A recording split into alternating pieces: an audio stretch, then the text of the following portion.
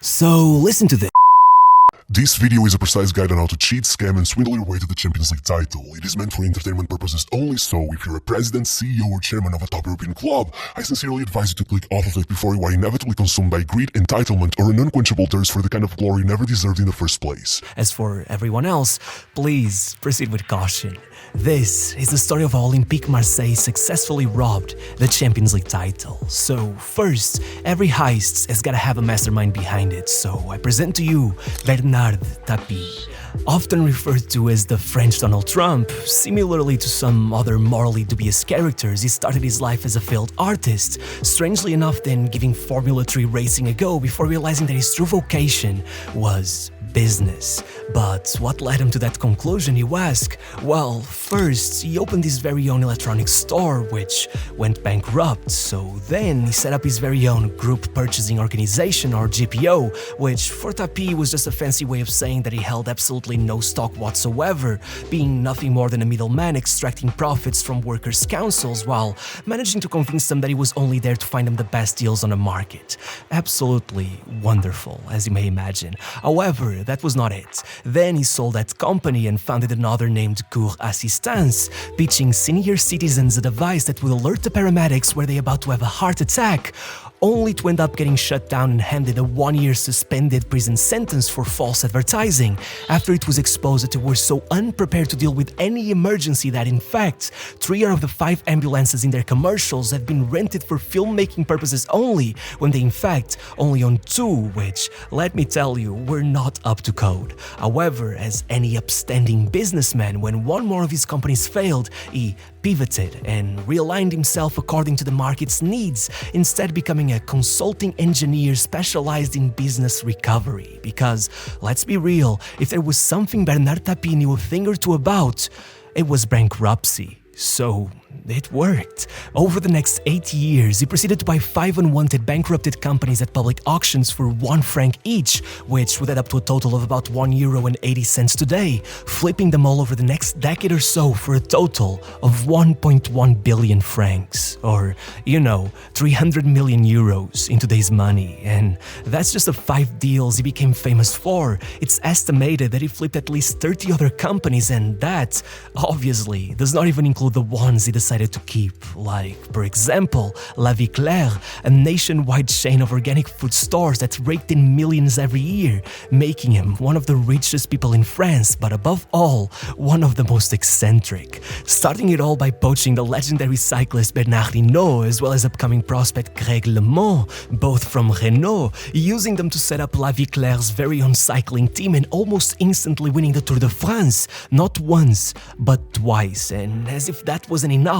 then he proceeded to buy the longest sailing ship in the world from the wife of Alain Colas, a famous sailor who had been lost at sea while attempting to race across the Atlantic, precisely so that Tapie himself could get on it with a crew, go into that same race and attempt to break the record for the fastest transatlantic crossing, being forced to quit midway through after it was found that the boat had mechanical and structural problems, still insisting in coming back the next year, and somehow going on to actually break the record in what was pretty much the 1980s version of Jeff Bezos going to space. As you may imagine, at this point, Tapie was pretty much a celebrity, showing up in all kinds of TV shows, at one point being named Man of the Year, as well as the second sexiest man in France. And yet, none of that was enough to calm down his hunger for a comically absurd piece of business, midway through it all managing to make headlines by pulling what I like to call the reverse Nigerian prince scam, convincing the Central African Republic's dictator and self-declared Emperor Bokassa I that the French government was about to seize all of his properties, from 4 chateaus to hotels and a couple farms,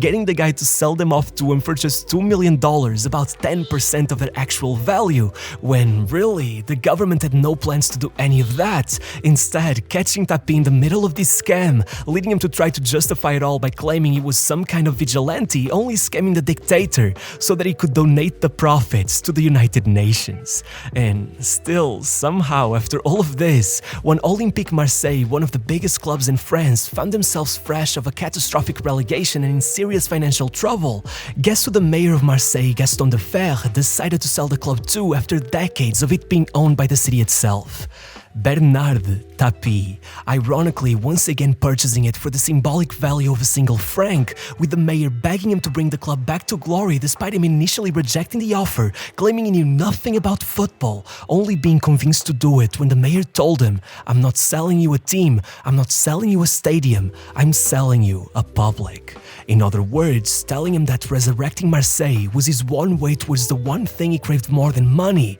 political power. So, now that the plan was in motion, it was time to assemble a crew. First of all, a new coach, so in came Gérard Banide, because if he had just led Monaco to the league title, surely he could do the same with Marseille, right? Second, some heavy hitters, because you gotta show everyone you mean business. So, Tapie brought in Alain Giresse, second place in the Ballon d'Or in 1982, as well as an European champion for France in 84, alongside Karl-Heinz Forster, an European champion 4 years before Giresse, and fresh of a World Cup final against Maradona. Then, to run it all off, no real hustler goes without a good gamble, so they signed a 23-year-old French outcast who had just popped off in Belgium with a 32-goal season, Jean-Pierre Papin. That was their wild card, and just like that, they instantly jumped up from 12th to 2nd place, so Tapie doubled down, signing Klaus Halofs, another standout from the 86 World Cup that had taken top scorer awards everywhere from the Euros to the UEFA Cup and Bundesliga,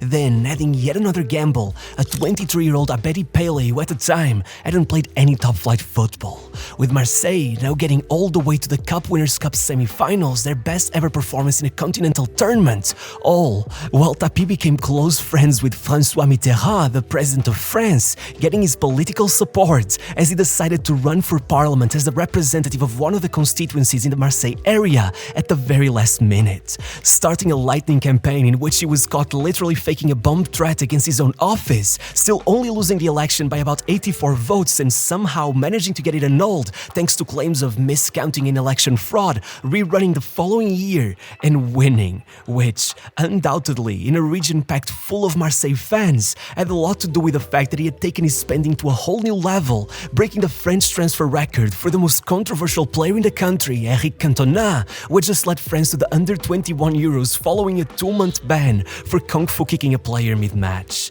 Though, in all fairness, Marseille's success did not come because of him. I mean, the guy only lasted a few months at the club before Tapie got tired of dealing with his shenanigans and sent him out on loan as well. Instead, the ones who finally managed to make Marseille League and Cup champions, making Tapie the darling of everyone in the city, were A. His shocking new managerial appointment Gérard Gilly, a former Marseille player who was handed the keys with no past experience in management and somehow instantly rose to manager of the year, and B. Jean-Pierre Papin, the ugly duckling now turned international sensation with 33 goals, even netting a top 10 finish at the Ballon d'Or. So far, it was kind of a masterclass from Tapie. However, no matter how obvious it should be that the first rule of any heist is don't get greedy, after seeing all the love he was getting, Tapie became irrational. Suddenly, the top of French football wasn't enough. He wanted to take over all of Europe.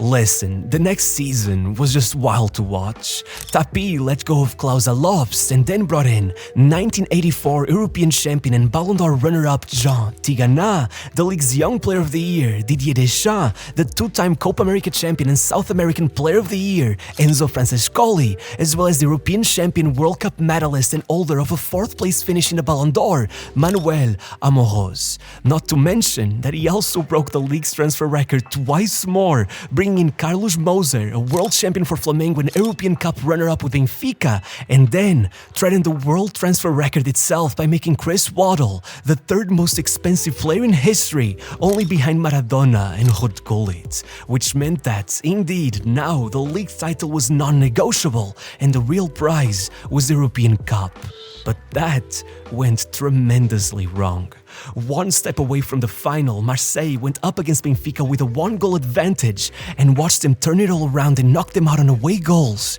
thanks to a handball. I can't stress this enough. Everyone lost their minds. The fans dubbed it the hand of the devil, the players protested, and Tapie, he broke the second rule of any heist. He got emotional, shouting at everyone who could listen during the post-match interviews that nothing like this will ever happen to us again. That wasn't motivation, it was a threat. Now there will be no half measures.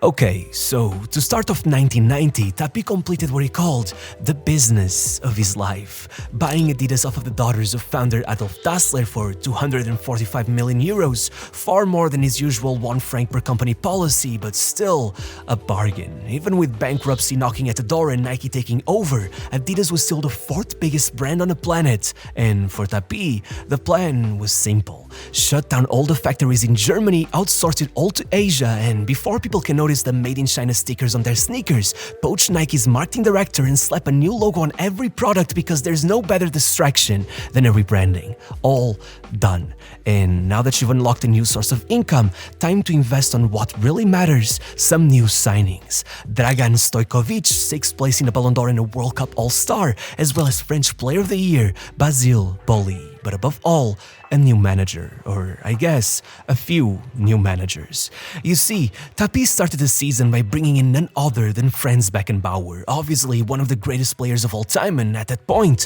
one of the only 2 men to have won the World Cup as both player and manager, which should have been a straightforward appointment. Even Tapie himself famously claimed that with him, we are safe from failure, but instead, well, let's just say the two had a few ethical disagreements, leading Tapie to realize that what he truly needed was a manager just as morally corrupt as him. I guess you could call it a right-hand man, which he found in Raymond Goethals, a guy that led Belgium to a golden era and Anderlecht to the top of Europe, only to then risk his whole legacy by bribing multiple rival players so they throw the final match of the Belgian Championship in order to end his team standardly edge the title and ensure none of his players would be injured for their Cup Winners' Cup final, eventually being exposed, forced to resign, and banned forever from Belgian football, which, let's just say, is the kind of thinking that would soon come very handy. That year, Marseille finally made it to the Champions League final, much thanks to Jean-Pierre Papin, who was now scoring seemingly every game, eventually going on to outright take the Ballon d'Or at the end of the year. So, as the day of that final arrived, Marseille were massive favorites, not only because they were facing Red Star Belgrade, who weren't exactly seen as European giants, but because they had defeated AC Milan in the quarters, the reigning champions would make it to every final for 6 consecutive years, except for that one, all made that much sweeter for Tapie, given his long-standing rivalry with their president Silvio Berlusconi, who was pretty much a more successful version of himself. However, that euphoria wouldn't last long, as Marseille would actually lose on penalties and watch the team with a tenth of their budget achieve what they never could, erasing whatever good sense Tapie had remaining. Look, the following season was a weird one. Maybe it also had something to do with the fact that Tapie was starting to realize that there were other, more efficient ways to buy success other than big money transfers. But that year, he barely even made any memorable signings at all. And that was in great part because he had done it. President Mitterrand had not only forced his party to offer him a position within the government despite their dislike of Tapie, he had got him his very own ministry with only one condition. He had to sell every company he owned and distance himself from business altogether. But man, he took it. He reached a deal with French bank Crédit Lyonnais and handed everything off to them to be put for sale, even Adidas, and dove headfirst into the world of politics with Marseille's season sort of just passing by him like a blur, except that was a mistake. Because towards the end of the season, Tapie was accused of misusing corporate assets and forced to resign, meaning that, for a second there, he didn't have anything except Marseille, a ton of money, and a deep desire to get back at everyone who didn't want him in the government. So, once again, it was of the utmost importance to get that crowd on his side, and with Moser, Waddle, and especially Jean-Pierre Papin, now the most expensive player in football history, all leaving Marseille, it was do or die. There were no more lessons to be learned. It was time to go for broke. Tapie signed two-time UEFA Cup winner and former Spanish Player of the Year Martin Vázquez, world champion and former German Player of the Year Rudi Völler, and Olympic gold medalist and former Soviet Player of the Year Igor Drobovolsky, as well as the soon-to-become legendary goalkeeper and centre-back Fabian Barthez and Marcel Desailly, and of course, another wildly successful gamble, Alen Boksic, who finally arrived at the club after a one-year loan to Cannes, where he played only one match because of a massive injury, and somehow shocked everyone by taking over at Marseille with 31 goals for the year, pairing up with Rudi Völler for the deadliest attack in Europe, combining for 4 goals and 4 assists in the opening 4 matches of the Champions League, leaving Marseille on 6 points, tied with their next opponents Rangers at the top of their group, which was especially important that year with the new 2-group format, meaning that whoever topped them would be in the final. Though, even with Rangers star player Mark Atley missing the game, Marseille would settle for only a draw, being forced to go into the last game without securing qualification and somehow being lucky enough to get the only goal of the match just 2 minutes in thanks to a goalkeeping error, and securing a place in the final conveniently just as new elections took place and Tapie managed to make it back to politics after getting his whole case dismissed for lack of evidence, meaning there was no way in hell he could lose this now. So, with Monaco and PSG biting at their ankles in the Champions League final just 4 days after the next league match against tiny Valenciennes, Tapie did what he does best, getting his own player Jean-Jacques Eddy to contact his former teammates Jacques Glassman, Christophe Robert, and oddly enough, former Copa Libertadores and World Cup champion Jorge Burruchaga were now all playing for Valenciennes, and bribed them so they would not only purposely throw the match, but avoid injuring any players. The only problem was that Glassman just refused to cheat. So, the day of the match, with Christophe Robert having already buried a bag containing 250,000 francs in bribe money in his yard, he first raised suspicion from the referees by asking to be subbed off with a supposed injury, even though everyone could swear there had been no contact. Not to mention, they were already finding it rather strange that Burruchaga, who usually wouldn't shut up for a second, had gone the whole first half without making a single complaint to the refs, while Glassman had spent the match running like he was trying to prove that he didn't take the money, finally breaking just as the first half was about to start and literally going up to the referee and exposing the whole thing, to which he could do nothing more than write it down on his match sheet and move on like nothing happened, and maybe nothing would have, had Glassman not repeated the whole story to the press at the post-match interviews, pretty much pulling the pin off of the metaphorical grenade, though it would take a minute for it to explode. Over the next week, Tapie went off to the Champions League final, casually watched Abedi Pele put down a masterclass, assisting Basile Boli's game-winning goal only 4 minutes after he himself had forced him back into the pitch as the player insisted he needed to be subbed off with an injury, ultimately defeating Berlusconi's Milan, taking the trophy and getting to, for a moment, bask in the glory of a title now 7 years in the making. Though, as I said, only for a moment. Marseille were the first and only French club to ever win this tournament. Deschamps and Barthez were the youngest captain and goalkeeper to ever do it. Gotals, the oldest manager. It was historic, but before the celebrations in the city had even stopped, a criminal complaint arrived at the Valenciennes offices. Shortly after, Christophe Robert ended up confessing everything, consumed by the guilt of taking the money he admitted to have only buried because he could not handle its stench, leading Tapie to desperately try to deny it all, claiming that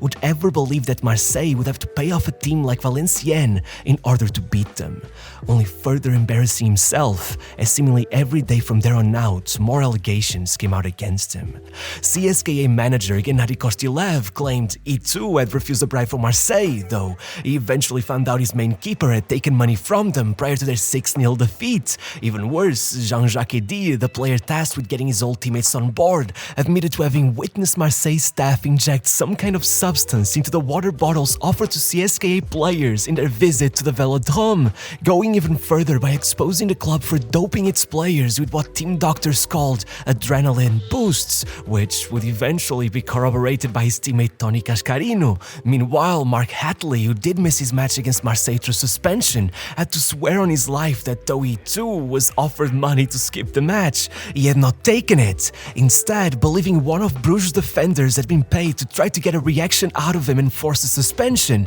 insisting the only reason he didn't speak up was that no one would have believed him. Eventually, even players and staff members from Red Star Belgrade came claiming that all the way back in the 1991 final, they had refused money from Tapie, eventually even being intimidated by his goons, who threatened to release rumors to the media that they had taken bribes regardless of whether they did or not. And of course, the cherry on the cake would be Jean-Pierre Papin himself eventually being recorded while supposedly off the record, saying that several Milan players had been compromised before the final as well, that he even tried to warn Berlusconi about it, that match fixing had been common practice at the club for years. Suddenly, the Marseille headquarters were being raided, everyone at the club was being questioned by the police, the federation was stripping him of their league title, UEFA and FIFA themselves were banning them from any of their competitions. Eventually, they'd even be forced to file for bankruptcy and would get relegated to the second tier, and finally, their TV rights deals were cancelled. All while the court system itself handed suspended prison sentences to every player involved,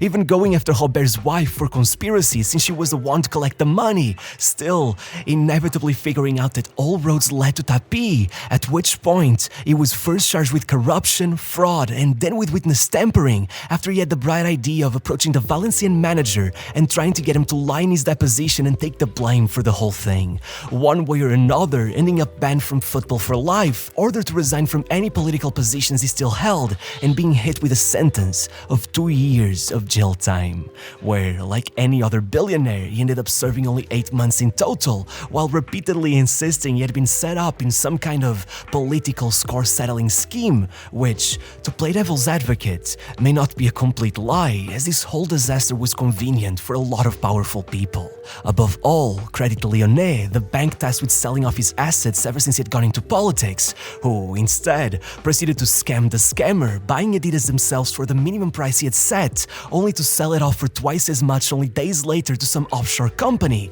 but not before aggressively taking over his private holding company, BT Finance, and then purposely bankrupting it in order to trap him into a loophole where they could pretty much claim that he was never even Adidas' owner to begin with, despite his initials being literally in the name, BT Finance, ultimately forcing him into an even bigger court battle that involved everyone from President Nicolas Sarkozy to Christine Lagarde, leaving him in a toxic roller coaster of settlements, repayments, and threats of foreclosure to his personal assets, at one point forcing him to move his own furniture and artwork in the middle of the night. I mean, if those guys could take the clothes off of his body, they would, extending the court battle all the way to the day of his death in 2021, just as they were about to hit him with another 5-year prison sentence. Though, delusional or not, he never backed down, famously claiming that, if there are any who hate me, it's because they adore me or they would like to be in my shoes.